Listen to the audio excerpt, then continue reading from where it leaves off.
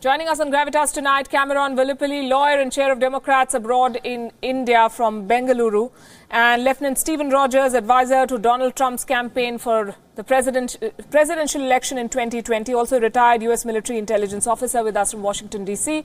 Good evening to both of you. I want to start with Cameron first. Who crossed the line according to you?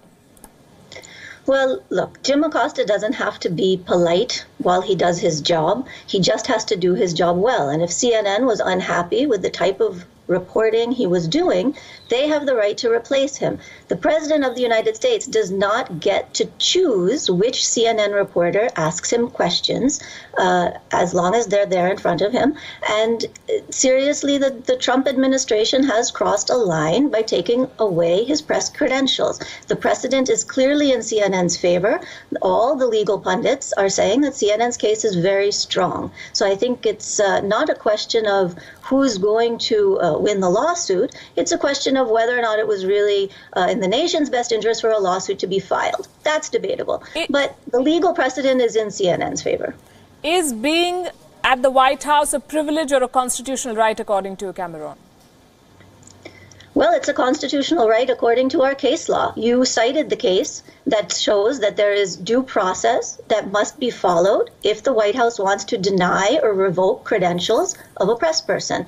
It's not an issue of did they follow due process a little bit. There was no due process. The case requires notice to the reporter having a chance to respond, and a written statement of the reason why the press credentials are revoked. None of that happened in this case. We are a country of laws. We are a country of precedent. That is the precedent here. The White House crossed a line when it simply revoked it without giving him due process. Stephen, do you agree that the White House crossed a line? Did they see this coming? For a president who's embroiled in so many legal battles, he could have done without this and the bad press that comes with it. A few things to keep in mind. Number one, it is not a constitutional right for a reporter to be in that room. It is a constitutional right for the press to be there, but not an individual reporter. But what is more concerning to many people is the behavior of Jim Acosta. This is not the first time. And we have a saying in this country, if you see something, say something. What we're beginning to see is a very unhinged, aggressive individual who is just pushing the president in this case and pushing others in the White House to a limit where it's becoming alarming. Jim Acosta is making news. He is formulating and creating himself as the story. He is there to get news, to report news. Yes, he crossed the line. It is not a constitutional right. And in my view, and this is my personal view, he is bordering on becoming very dangerous. So at that point, I think the president and the White House had every right to suspend his pass. Dangerous how? And I want to ask you, did the White House follow due procedure in revoking his access? Well, they did. They have a right to revoke anyone's access. But there is a procedure, a laid-out procedure. Did they follow it? No, the procedure is you revoke his pass. That's it. There's no constitutional and you give him a chance to to present his side of the story. He's presenting his side of the story now. You have an unhinged, aggressive individual that needs to be looked at. I believe this guy's got some really serious problems that people better look at before he has access to that White House again. This is not the first time, maybe the first time the nation saw it, but he's been doing this for quite some time. And I've talked to journalists who said that this man is destroying the face of journalism, and maybe it's about time someone put him in check. As far as the process is concerned, they're suing. CNN they're going to go nowhere. 49 other people from CNN have access to that White House. You'll see someone else there. Cameron, I want to ask you, haven't presidents in the past acted against correspondents who appeared to have crossed the line, who became too aggressive? I saw a clip recently, though I cannot attest to the veracity of it, of Barack Obama asking for a particular reporter to be taken out of the briefing room because he was being too aggressive. Well, I haven't seen that clip, so I can't really speak to that clip. I can speak to the precedent that we have, which is 1977, when a reporter's press credentials was not allowed because there was a belief that he was a danger to the security of the president at that time. If you look at the rules that have to be followed by the Secret Service, there is one and only one thing that the Secret Service is allowed to look at when deciding whether or not to revoke security clearance for a person who holds a press pass. That question is, does this person pose a physical threat to the president or to his family. That's why you're now hearing, I believe, Lieutenant Rogers use phrases like aggressive and unhinged to describe Jim Acosta.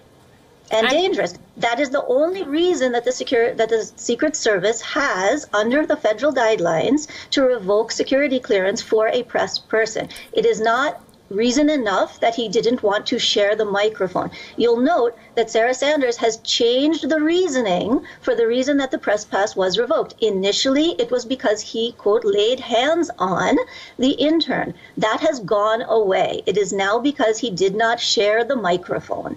Is that really reason enough for a press person to be denied access to the White House because he wouldn't share the microphone? Stephen, please respond to that. Why has the version been changed? Why has she changed the grounds on which this pass has been revoked? And is the White House nervous? Because most such cases have gone in favor of the press. In my view, again, and I know in the view of many people, Jim Acosta, he kind of roughed up that intern, not very aggressively with her, but he did have contact with her. That's number one. Number two, several times the president said, Jim, it's over. Please put the microphone down. He wouldn't listen. He became extremely aggressive. And in my view, maybe the Secret Service is going to look at the totality of circumstances regarding Acosta's behavior for a long period of time. It's alarming. It's alarming that any reporter in the White House would do what he did. There's a way to approach the president. He did not do it the right way. I appreciate your view, but you've not answered my question. Why was the version changed? Why what? Why was the version changed? Why was the reason for why the press pass has been revoked changed? Sarah Sanders first said that he laid his hands on a White House aide. Now she's saying he was not sharing the mic. Is that ground enough to revoke the press pass of an individual? Nothing has changed. That's in addition to what she said before. All this will no doubt be brought before a judge, and there's where the decision will be made. But nothing has changed. Final question, Cameron. Is this a dangerous precedent being set by the White House?